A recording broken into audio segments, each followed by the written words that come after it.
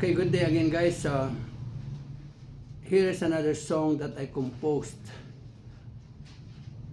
Pinamagatong tong Damo sa Parang.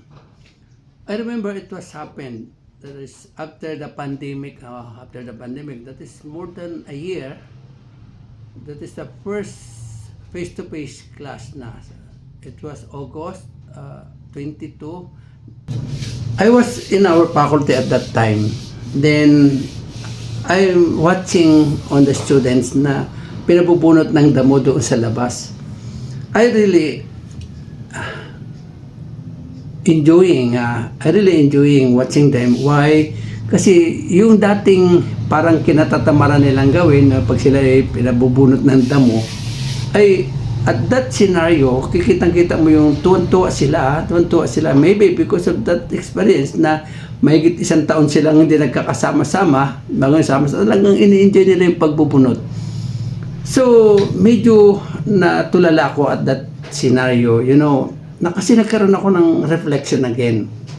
Siguro, because of that emotion again na yung natutuwa ko sa attitude, sa movements, action ng mga estudyante. So, with that emotions, again, I heard again the humming voice on the back of my mind. There's always a humming pag ako magano kasi. Then, I started writing a lyrics. I got my ball pen and my notebook there. I have really a notebook na lagi ko nasusulatan pag may mga ganon eh. Then, I started to write. Then, mind you, at that time, it's almost 30 minutes only, I finished the lyrics of the songs. Yeah. Then, and that was afternoon, I think, Then, on my way going home from the school, which is almost 9 kilometers, So, mabagal yung takbo ko. Then hinahaming the melody na napakinggan ko during that scenario na bumabalik. So, I tried to follow it with my voice na napapakinggan ko. Then, hanggang sa dumating ako dito, I almost perfect the humming, the melody that I heard at the back of my mind, So, that's why I sit here, dito sa bahay, iniwan ko muna si Mrs. doon sa tindahan. I started strumming my guitar. Then from that time, nabuo ko yung kanta. I sang it, then I posted it on social media, sa FB, kuminsan sa Reels, pero maiksi lang kasi ang Reels, sa TikTok. Actually, I have a song channel na Sound of Heart. Lorin tindango po Sound of Heart, Hindi ko matanda kasi yung eksaktong address, yung link, but I was listed, it was listed on my notebook, But now, bumalik lang sa akin uli-uli, I don't know, the emotion, na nangyayari, kasi nga, maybe because of yung mga activities ngayon, kasi nag-start yung maraming activities sa school. They started with the Intram, which is really very, very familiar sa akin. Kasi doon ako nakaumugat yung mga laro, Because I handled for almost 40 years sa San Sebastian pa ako, hanggang sa matransfer ako sa San Vicente. Na nag-handle ako ng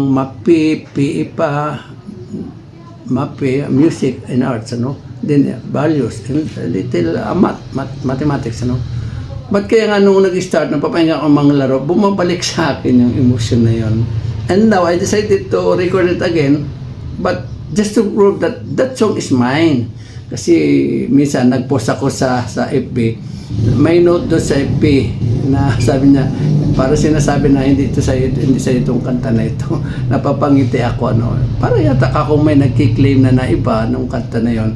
But it's really my honor, yung lamang nakakalungkot nga na kunin ng iba samantalang ikaw yung naghirap. But it's okay. Nandun naman yun. This is really the proof that music is as is a language of soul, ano, no? Pag ikaw ay whatever kind of emotion you have, pag ikaw ay may art sa musika, may lalagay. If you're happy, of course, you get an happy song. Pag ikaw medyo malungkot, ganun. But sa akin, maybe my nature is reflective kasi ako. Kaya most of my songs ay mga reflective songs, no? Like these songs, ano? You know that scenario, nakita ko yung pagbubunot ng damo. Napatitig ako dun sa damo, biglang nagkaroon ng kwan sa akin.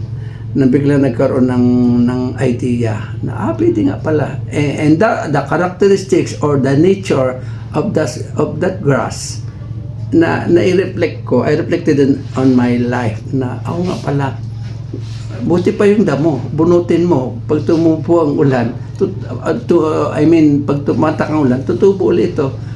But as a human being, no, we pass on this earth once lamang, hindi na mauulit.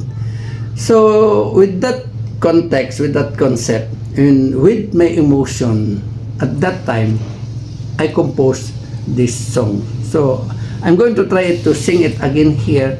Hopefully, makuha ko yung tamang timbre ng boses na ganyari doon sa aking record. but this time, during the time, ang record ko kasi gitara, but this time, I try to sing it with my keyboard here. But lalagyan ko siya ng counting drum sets na nandito naman na siya para titingnan natin kung alin yung mas maganda. And again, this is another group that song, Damo sa Parang, is my own composition.